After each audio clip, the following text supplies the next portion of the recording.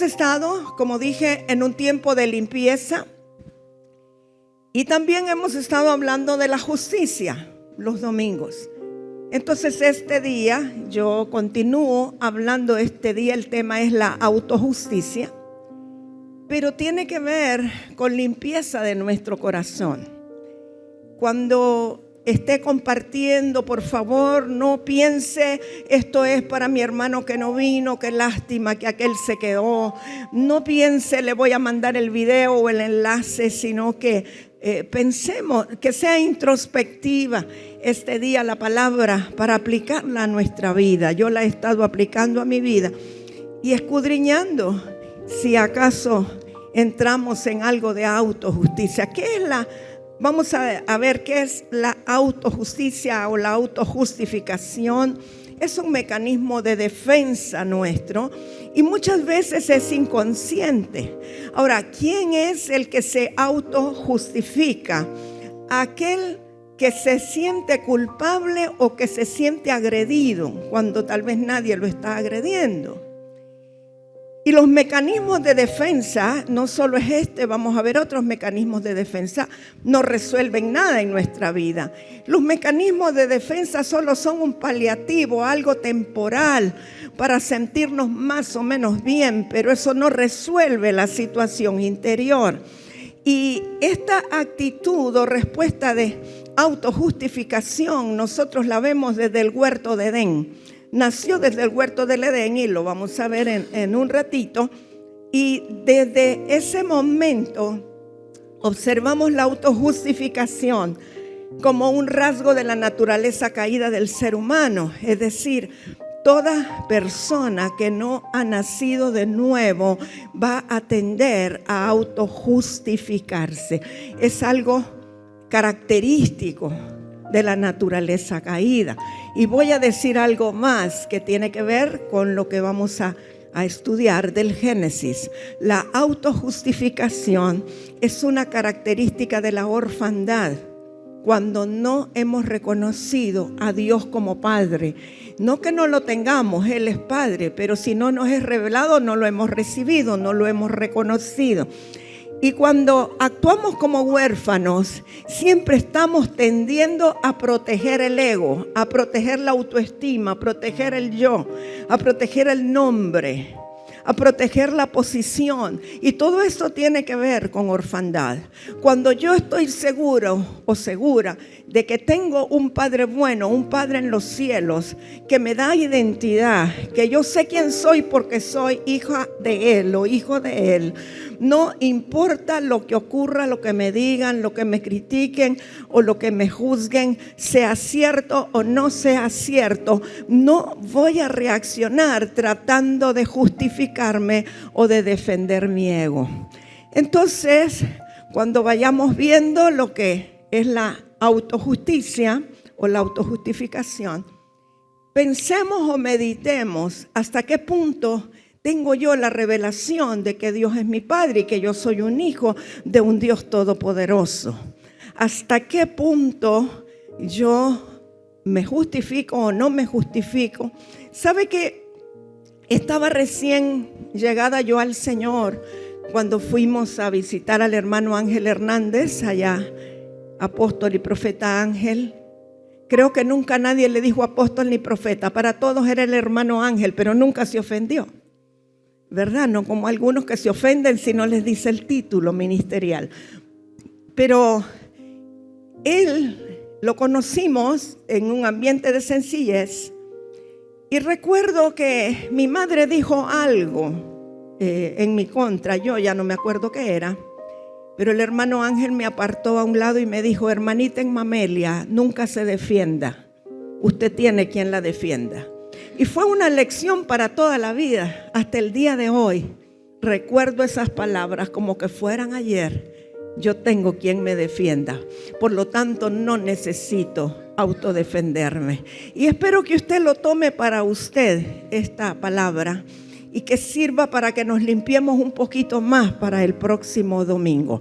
Voy a hablar de las diferentes facetas de la autojusticia y creo que les envié por allí una pantalla. No sé si está Emily Ajá. Ok. Estas son las diferentes facetas y puede que haya más, pero estas son las más básicas tal vez. Número 1, la negación. ¿Qué es la negación? Es un acto a veces inconsciente en que la persona no reconoce algo aunque sean hechos reales. Es decir, entra en negación como que no hubiese existido la situación. La negación se puede referir a muchas cosas, muchos hechos, el hecho de la muerte de un familiar, etcétera. Pero aquí estamos hablando en relación a la autojustificación. O sea que parte de la autojustificación es que yo entre en negación, como que eso realmente no existe o no existió. Pretender que no existió, pero el pretender que algo que es real no existió es un mecanismo para nosotros defendernos. Al creer que no existió no me afecta, aparentemente, pero realmente sí me afectó, por eso entro en negación, para no reconocer que eso es real. Entonces es inconsciente, pero la persona no reconoce, dice no, eso no es cierto, eso no ocurrió. ¿Sabe qué me ha ocurrido en el pasado? Que estoy ministrando a alguien y el Espíritu Santo me muestra un hecho en su vida. Y entonces yo le pregunto por ese hecho particular y me dice, no, eso no es así, eso no ocurrió. Pero luego, bajo la unción del Espíritu Santo, viene la revelación y dice, sí, fíjese que es cierto, ahora me estoy acordando que eso ocurrió, pero es que yo estaba muy niña, entonces no me acordaba. Pero muchas veces estos bloqueos que son para autoprotección pueden impedir que nosotros recibamos liberación porque hemos estado en negación, ¿me explico? Pero bajo el ámbito del Espíritu Santo, cuando la unción está presente, puede venir esa revelación y podemos recordar algo que creíamos que no estaba o que no existía. Entonces, muchos de nosotros entramos en negación en relación a algo. Por ejemplo, un hijo nuestro, esto para los que somos padres, un hijo nuestro tiene una situación anormal, digamos, en su salud. Y el médico nos lo dice, pero entramos en negación porque no queremos reconocer que eso es así. Y entonces decimos, no, es que estos médicos exageran. Esto no es así, mi hijo no tiene nada. Y entonces luego el niño va a la escuela y en la escuela le dicen, mire, tiene que llevar a su hijo, quizá al médico, al psicólogo, lo que sea, porque le notamos actitudes raras. Y dice, como que todo el mundo se confabuló en mi contra. No, el niño no tiene nada.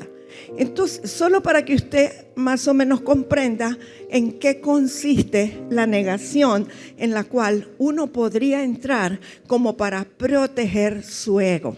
No es cierto, mi hijo es, casi perfecto, ¿verdad? Eso no es verdad, seguramente alguien se equivocó. Entonces es importante que nosotros nos escudriñemos.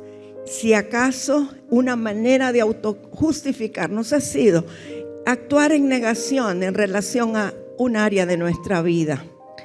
Número 2, la proyección.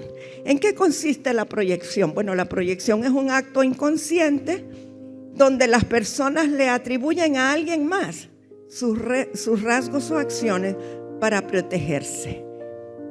¿Cómo así? ¿Cómo que le atribuye los rasgos a alguien más? Por ejemplo, tuvo un percance, una situación, un conflicto con alguien, y entonces usted no reconoce que usted fue responsable de eso que pasó, sino que usted inmediatamente le atribuye esas acciones o actitudes a la otra persona. Es que aquella persona me trató mal, es que aquella persona me dijo tal, y tal vez fue usted el que primero dijo, pero usted se está protegiendo y está usando la proyección para culpar a otro de lo que usted es responsable. ¿Me doy a entender? Y eso ocurre muy frecuentemente. Y ocurre mucho entre hermanos en la casa, me refiero. Usted quebró algo y entonces viene el papá o la mamá, fulanito, quebraste. No, fue mi hermano. Es que él estaba jugando aquí y seguramente él fue. Y tal vez usted sabe que usted lo hizo, pero usted se está proyectando hacia su hermano para culpar a alguien más de algo que usted hizo. Muy bien, la tercera faceta de la autojusticia o autojustificación, la sublimación. Sublimación consiste en canalizar las emociones negativas e inaceptables hacia actividades productivas. Por ejemplo, vamos a decir una persona, voy a usar un varón, aunque puede ocurrir en una mujer también, pero un varón que tiene problema con la pornografía o que tiene problema con la masturbación, entonces la manera de controlar esto no es yendo a la raíz y santificando su vida, sino que usa la sublimación y entonces dice, voy a empezar a hacer ejercicio.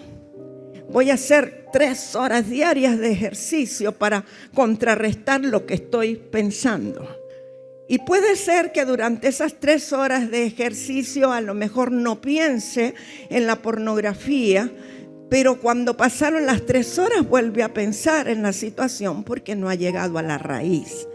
Entonces la sublimación es tratar de canalizar la energía, la fuerza, y que en vez de usarlo para algo aparentemente negativo o no aceptable, lo usa en algo que sí es aceptable.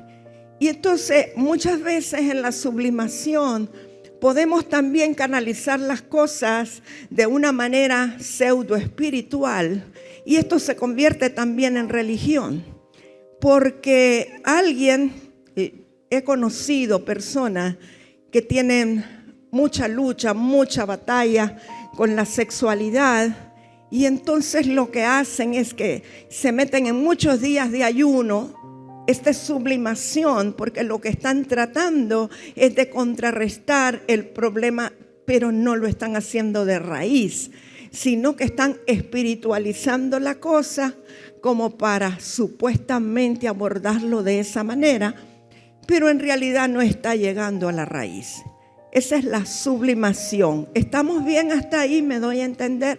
No quiero profundizar tanto, pero número 4, la racionalización.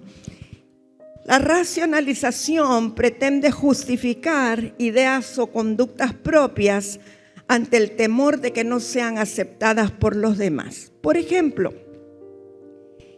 vamos a decir un joven universitario. Resulta que se aplazó en una materia y aunque ya está grande, es universitario, pero sus padres le preguntan, ¿y cómo te fue en matemáticas 103, por ejemplo? Es que ese maestro la tenía conmigo. Desde antes ya la tenía. Me ha agarrado de ojo de piche ese maestro. Incorrecto, ¿verdad? A ver, ok. Entonces, esa es una manera de racionalizar en vez de aceptar mi responsabilidad. No estudié, no me fue bien, no entiendo, no.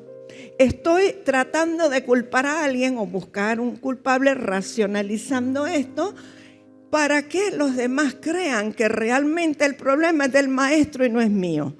Y eso puede ocurrir en muchas cosas. Si usted contrató a un ingeniero civil para que le construya un edificio, una casa o algo, y luego resulta que se vino para abajo el edificio, por lo menos una pared, ¿verdad? No vamos a hacerlo tan dramático. Y entonces el ingeniero, en lugar de decir, porque lo correcto sería, lo lamento, es mi responsabilidad, se lo vamos a reparar. Pero alguien que racionaliza porque se autojustifica va a decir, es que ese albañil, él fue el culpable. No usó las medidas correctas de cemento con arena, por eso pasó esto. Entonces racionalizamos tratando de imponerle a otro la responsabilidad que a la larga fue nuestra. Porque aunque haya fallado el albañil, el ingeniero era el responsable, ¿verdad? O el maestro de obras o qué sé yo. Y esto nos puede ocurrir en muchas áreas de la vida. No solamente en esas, sino que en muchas áreas. Y número 5, tenemos la justificación, que es dar razones para que nuestro comportamiento parezca aceptable, aunque nosotros sepamos que no lo es. Y cuando nosotros nos justificamos, casi siempre estamos buscando otros culpables de la situación porque no queremos reconocer que nosotros somos responsables. Una de las características más evidentes de la naturaleza caída es la autojustificación. Cuando usted le dice a una persona, usted lo convocó a determinada hora y llegó media hora más tarde, y la persona, usted ni le ha preguntado nada tal vez, pero la persona está llegando y ya se está justificando.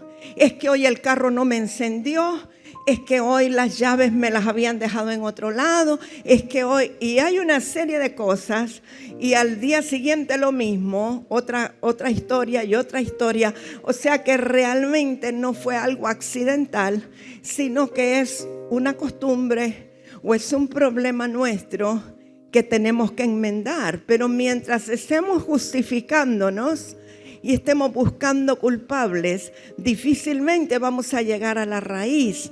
Ahora, ¿a quién pretendemos engañar? Obviamente estamos cubriendo nuestro ego, estamos tratando de nosotros protegernos para seguir aparentando que somos perfectos, correctos, maduros, pero realmente no estamos avanzando mientras estemos buscando culpables y mientras no reconozcamos nosotros nuestra responsabilidad. Cuando en un grado se aplazan todos los estudiantes y el maestro tiene que dar cuenta a la dirección, a lo que sea. Y muchas veces el maestro dice: es que estos muchachos son haraganes, pero está difícil que 25 sean haraganes, ¿verdad? Entonces también como maestros tenemos que dar cuenta y que ser responsables, porque puede ser que nosotros como maestros estemos fallando. Porque no es solo que bien enseñamos, sino que bien aprenden los estudiantes. Entonces, revisémonos nosotros a ver si estamos quizá fallando en algunas de estas áreas. Quiero que vayamos a Génesis, capítulo 3, verso 8. ¿Sabe que a mí me llama la atención de Génesis 3, 8? Que este varón y esta mujer ya habían desobedecido a Dios, ya habían pecado, y sin embargo tuvieron la capacidad de escuchar la voz de Dios.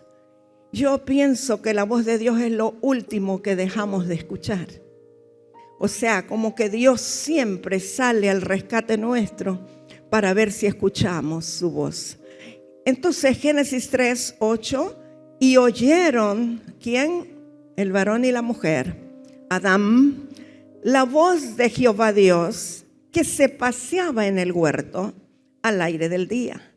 Y el hombre, o el varón sería mejor dicho, y el varón y su mujer se escondieron de la presencia de Jehová Dios entre los árboles del huerto.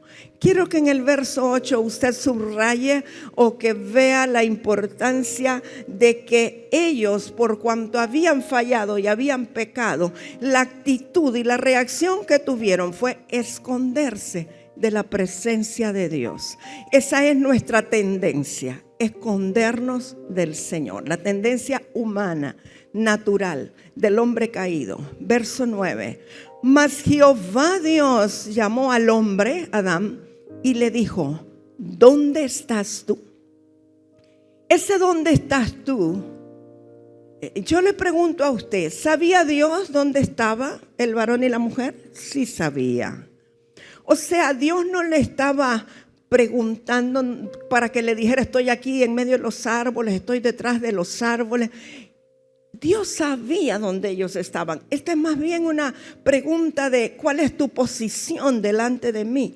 ¿En qué actitud estás? ¿En qué posición estás? ¿Dónde estás? Ese dónde estás tú es muy importante. Verso 10. Y él respondió: oí tu voz en el huerto. ¿Quién respondió? El varón. Oí tu voz en el huerto. Tuve miedo porque estaba desnudo y me escondí. Quiero que, si usted es de los que toman notas, anote lo que voy a decirle, que es muy importante. Cuando una persona que ha conocido a Dios comete pecado o entra en desobediencia, cuando oye la voz le produce miedo. Ahora, una persona que no tiene temor de Dios porque está con Él, está en transparencia, cuando oye su voz no va a experimentar miedo, sino seguridad.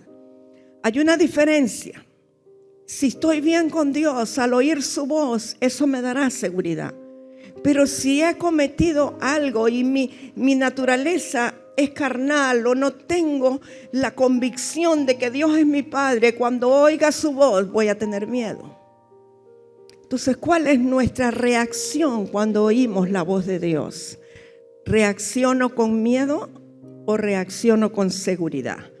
¿Y por qué dice? Porque estaba desnudo y me escondí. Cuando nosotros nos presentamos delante de Dios porque hemos desobedecido en algo, tenemos que presentarnos desnudos delante de Él. Y no estoy hablando de ropa física. Estoy hablando de desnudar nuestra alma, nuestro corazón y ser sinceros y honestos con el Señor. Presentarnos desnudos. Pero este hombre, al saberse desnudo, tuvo miedo y se escondió. El escondernos es una característica de la orfandad. El que hace algo mal y no tiene la revelación de que Dios es su Padre, se va a esconder de su presencia. El que hace algo mal pero sabe que tiene un Padre bueno, amoroso y perdonador, no se va a esconder, sino que se va a exponer delante de Dios. Esa es la diferencia. Entonces, según como nosotros actuemos cuando fallamos a Dios, podemos saber si estamos actuando como huérfanos o estamos actuando como hijos. Verso 11. Y Dios le dijo, fíjese, ¿quién te enseñó que estabas desnudo?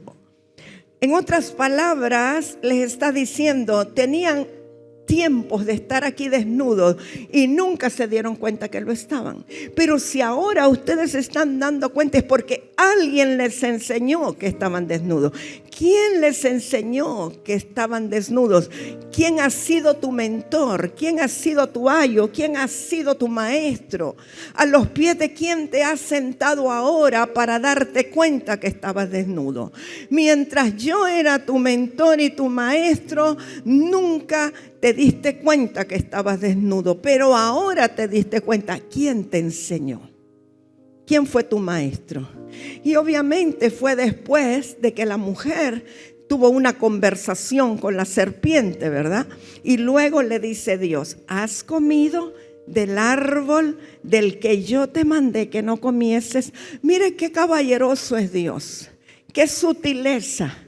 Cualquiera de nosotros le hubiera dicho, estás así porque comiste del árbol que... No, él sutilmente le dice, ¿has comido? Muy educadamente, ¿has comido del árbol que te dije que no comiera? Obviamente Dios lo sabe. Dios sabe que él había comido del árbol de la ciencia, del conocimiento del bien y del mal. Pero él quería que el hombre, el varón, la mujer, se lo confirmara. Quería escucharlo de sus labios. Pero él lo pregunta muy sutilmente. ¿Quién te enseñó? ¿Has comido del árbol?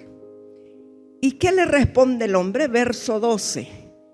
Y el hombre respondió, la mujer que me diste por compañera me dio del árbol y yo comí. ¿Qué es lo que está él usando? Está justificándose pero está culpando a la mujer, no solo a la mujer, a Dios también. Porque le dice: la mujer que tú me diste, la que me diste por compañera, la que me hiciste, te equivocaste cuando me la hiciste. Ella fue la culpable. O sea, está culpando a otro. Él no está reconociendo su falla. Él no está asumiendo su responsabilidad. Automáticamente se está lavando las manos, se está diciendo que él es inocente y que la culpable es la mujer. Ahora, fíjese de qué manera: me dio del árbol y yo comí. Casi suena como que la mujer le abrió la boca y le metió la fruta a la fuerza, si es que era una fruta. O sea, ella me dio y yo comí. O sea, inocentemente comí, como que no sabía lo que era. Eso es lo que ocurre en la autojustificación. No fue mi culpa, a mí me dijeron que hiciera tal cosa. A mí me dijeron que comiera y yo comí. Me dijeron que participara y yo participé. O sea, fácilmente lavándonos las manos, ¿verdad? Entonces Jehová Dios dijo a la mujer: ¿qué es lo que has hecho? Y dijo la mujer, otra igualita, ¿verdad? La serpiente me engañó y comí. Esta está peor. Aquel dijo: ella me dio a comer y comí. No, esta dice: me engañó. Como quien dice: la serpiente recubrió la fruta así con algo bien atractivo que decía santidad, me engañó y entonces ni modo, yo comí. O sea, ninguno de los dos tuvo la entereza de reconocer su falla. Ninguno de los dos reconoce que desobedeció y que tuvieron responsabilidad en la acción, sino que según ellos estaban ahí y ni modo, me dio y comí, me engañó y comí. O sea, una actitud totalmente pasiva, no participativa, que obviamente Dios sabía que no era así. Pero ¿cuántas veces nosotros hacemos eso? ¿Cuántas veces por no quedar mal, por no vernos mal, como para que el pastor o el líder no nos vea mal, entonces acusamos a alguien más y nosotros nos lavamos, ¿verdad? No fui yo, fue el otro. Y entonces nosotros vemos que no importa lo que ellos hayan dicho, Dios siempre castiga a los responsables. No importa que digan que si fui yo o no fui yo o fue el otro. Vemos verso 14. Y Jehová Dios dijo a la serpiente, fíjese, aún la serpiente, ¿verdad? Porque como la mujer dijo que la serpiente la engañó. Jehová Dios dijo a la serpiente: por cuanto esto hiciste, maldita serás entre todas las bestias y entre todos los animales del campo.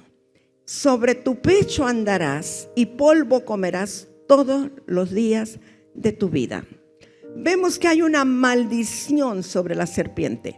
Ahora, si como parte de la maldición vino el que la serpiente ahora iba a arrastrarse y andar sobre su pecho, eso quiere decir que antes de la maldición, antes de la desobediencia, la serpiente andaba erguida. O sea, yo sospecho que por cuanto andaba erguida y se parecía a uno de nosotros, la mujer entró en conversación con la serpiente. Pero ahora, después de la maldición, Dios dice que andará sobre su pecho. Pero ¿sabe qué es lo más tremendo? Dice: y polvo comerás todos los días de tu vida. ¿A qué se refiere con que polvo comerás todos los días de tu vida? ¿Qué dice la Escritura acerca de nosotros? Polvo eres y en polvo te convertirás. Está hablando de nuestra naturaleza, no de lo espiritual. El espíritu no es polvo, pero nosotros somos polvo, que nos convertiremos en polvo y somos el alimento de la serpiente si nos mantenemos en la naturaleza caída. Obviamente, al hombre espiritual no puede la serpiente hacerle nada. Verso 15. Y pondré enemistad entre ti y la mujer, y entre tu simiente y la simiente suya. Esta te herirá en la cabeza y tú le herirás en el calcañar. El verso 15 se refiere no solamente a Eva, madre de los vivientes, se refiere a María, se refiere a la iglesia. Está hablando de una enemistad que comienza allí entre la mujer y todo lo que la mujer implica y significa, y la serpiente. O sea, la mujer necesita entender que hay una enemistad entre ella y la serpiente, que eso está desde siempre, desde la eternidad. Pero la simiente o la semilla que estaba en la mujer, que era Cristo es la semilla, la simiente que estuvo en el vientre de María. Dice que esa simiente te herirá en la cabeza, le dijo a la serpiente. O sea, Cristo le dio un golpe mortal en la cabeza a la serpiente, aunque la serpiente hirió en el calcañal a Jesús. ¿A qué se refiere que lo hirió en el calcañal? Bueno, que le pusieron corona de espinas, que le clavaron las manos, lo clavaron en una cruz y todo el daño que le pudieron haber hecho. Eso solo fue una herida en el calcañal, comparado con la derrota total de la serpiente.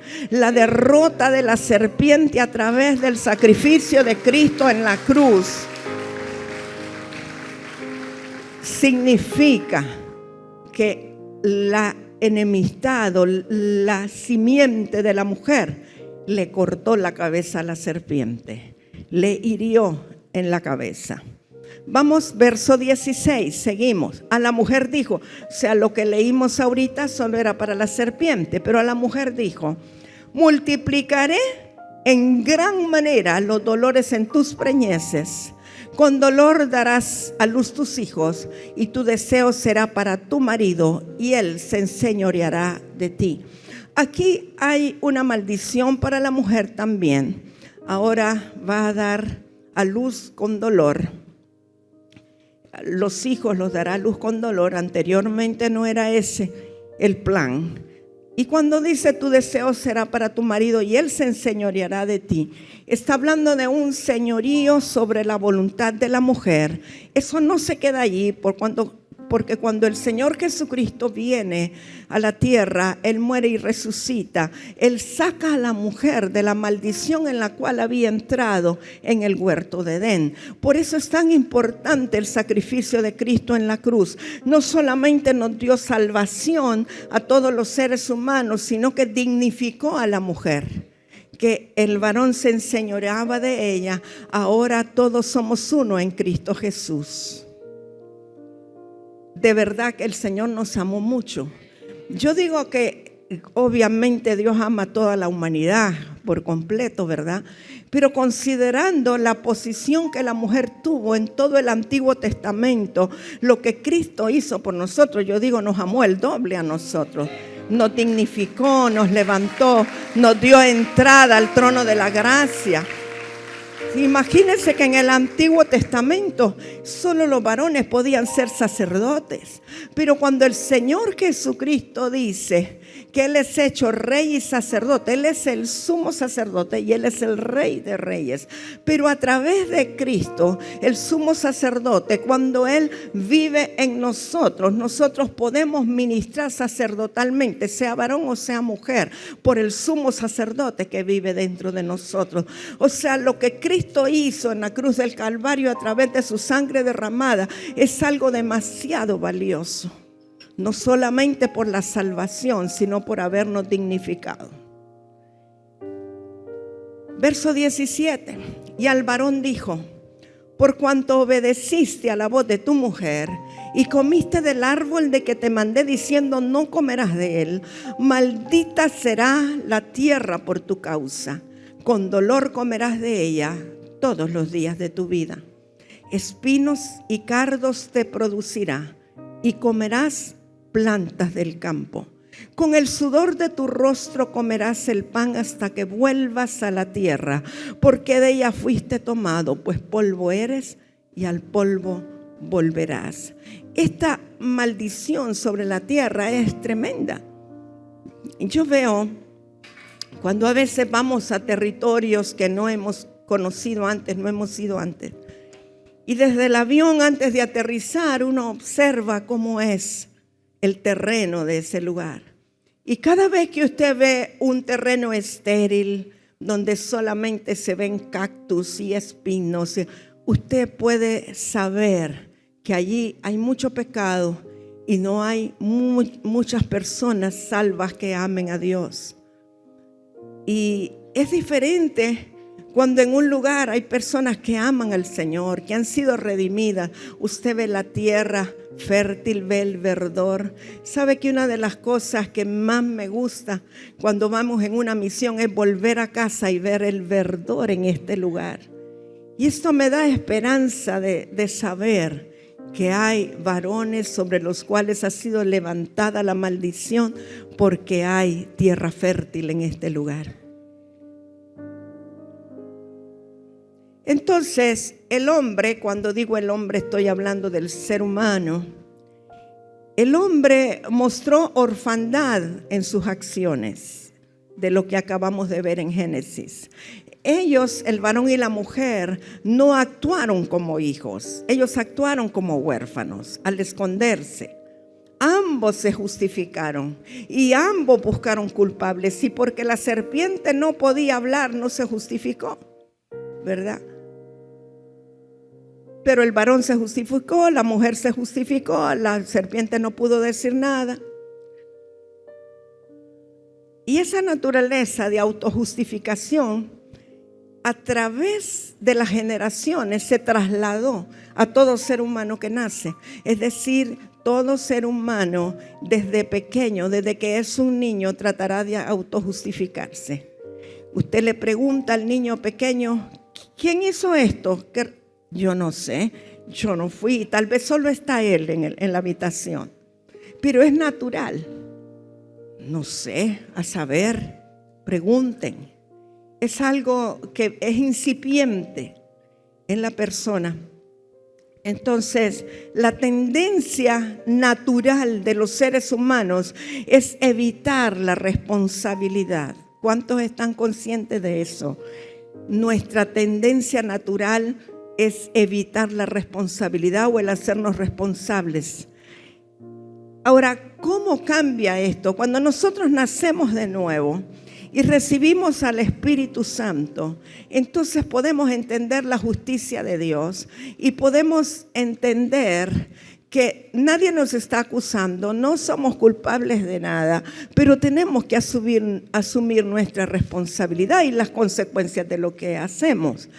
Ahora, eso nos convierte en hijos de Dios Padre.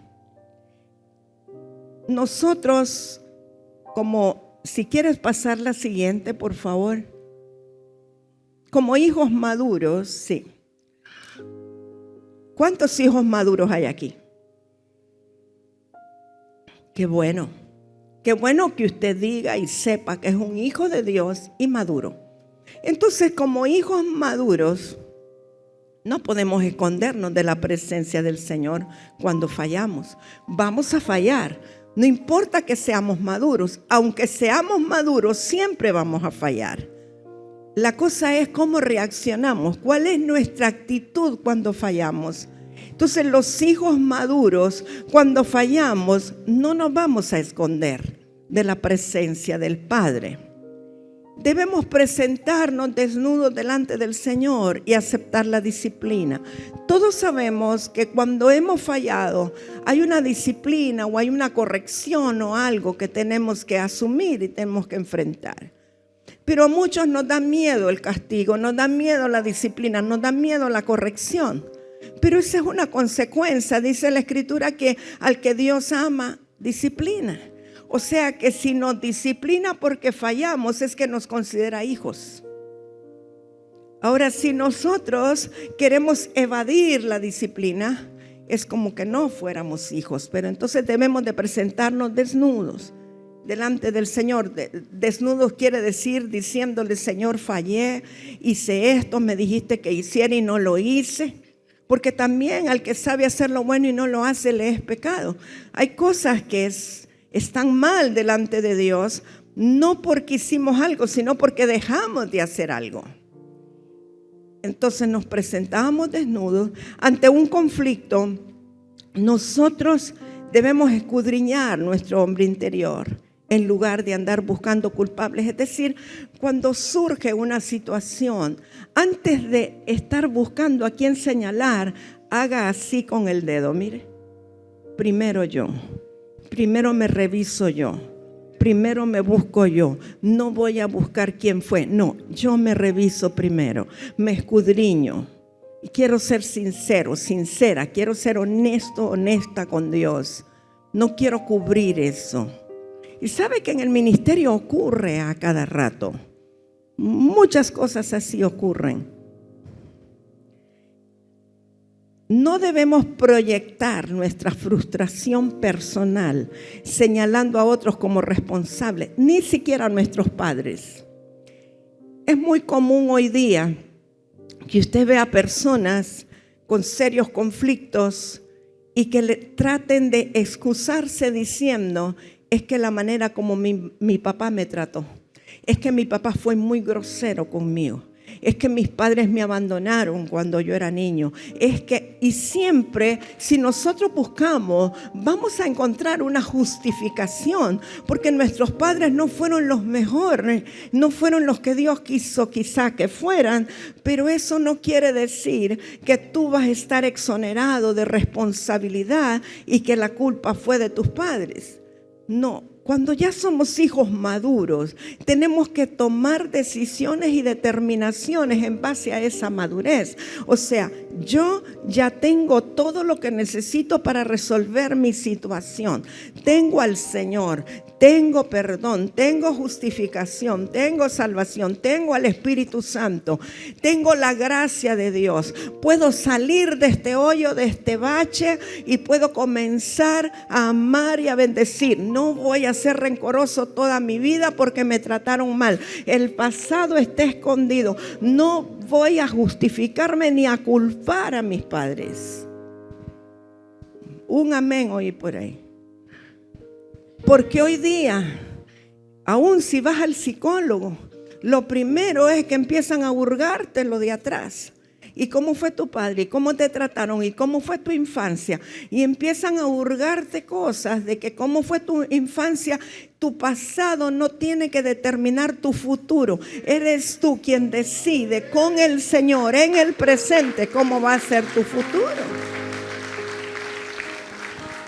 Es bien fácil culpar a los padres y lavarnos las manos. Es que fue culpa de mi papá. Y usted puede llegar a tener 80 años y seguir culpando a sus padres. Y esa es una manera de autojustificación. Necesitamos nosotros asumir la responsabilidad hoy día. Debemos asumir la responsabilidad de nuestras acciones y afrontar las consecuencias. Quiero mencionarles por qué es importante para nosotros hoy día cambiar esas actitudes y reconocer nuestros errores. Hay varias razones, yo le puse unas cuantas, pero yo creo que todos aquí, me incluyo yo obviamente, de alguna manera nos hemos autojustificado y hemos buscado culpables y no asumimos nuestras responsabilidades, etcétera, etcétera. Pero ya es tiempo de cambiar. Necesitamos cambiar. Entonces aquí le puse yo unas cuantas razones por las cuales es importante cambiar. Número 1, para que podamos actuar y responder como hijos, no como huérfanos. Usted no quiere seguir viviendo como un huérfano, ¿verdad? Entonces necesitamos cambiar en base a que tenemos un Padre bueno y que Él nos perdona, no importa lo que hayamos hecho, lo grave que haya sido, pero vamos a empezar a caminar como hijos, no como huérfanos. Somos hijos maduros, dijimos, ¿verdad? Número 2, porque quiero agradar al Padre con la verdad. Cada vez que nos autojustificamos, es como que estemos mintiendo, porque no estamos asumiendo la responsabilidad. Y nuestro Dios es un Dios de verdad, el Espíritu Santo es el Espíritu de verdad. El Padre es verdad. Entonces queremos agradarlo con la verdad. ¿Cuántos aquí quieren que el Padre diga, aquí está mi hijo amado, mi hija amada, yo tengo contentamiento en él o en ella. Creo que todos queremos, yo quiero. Entonces, cuando caminamos en verdad, el Padre dice eso de nosotros. Número 3, para madurar. ¿Cuántos aquí queremos madurar? Dijimos que somos hijos maduros, pero ¿sabe qué? Yo a veces veo, uno va al supermercado y compra un aguacate o un mango, se ve rosadito, rojito, está madurito, y cuando lo abre, a veces está de un lado verde y de un lado maduro. ¿Le ha pasado? O de un lado duro y de otro lado blandito. Así podemos estar, maduros en unas áreas e inmaduros en otras. Yo creo que sí. Pero nosotros queremos, anhelamos madurar, porque al Padre le agrada que nosotros maduremos.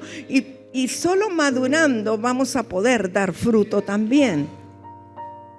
Y número 4, porque vamos a entrar en una nueva temporada. Y yo creo que todos queremos entrar limpios a esa nueva temporada.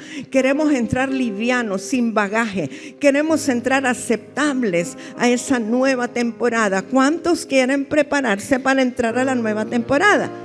Hemos dicho y declarado que este es el año de la expansión y la gloria de Dios. Y saben, muchas veces declaramos palabras no que antes no haya sido, sino que quizá esta es la revelación recibida para este año. Por ejemplo, he escuchado a muchos decir que es el año de cielos abiertos.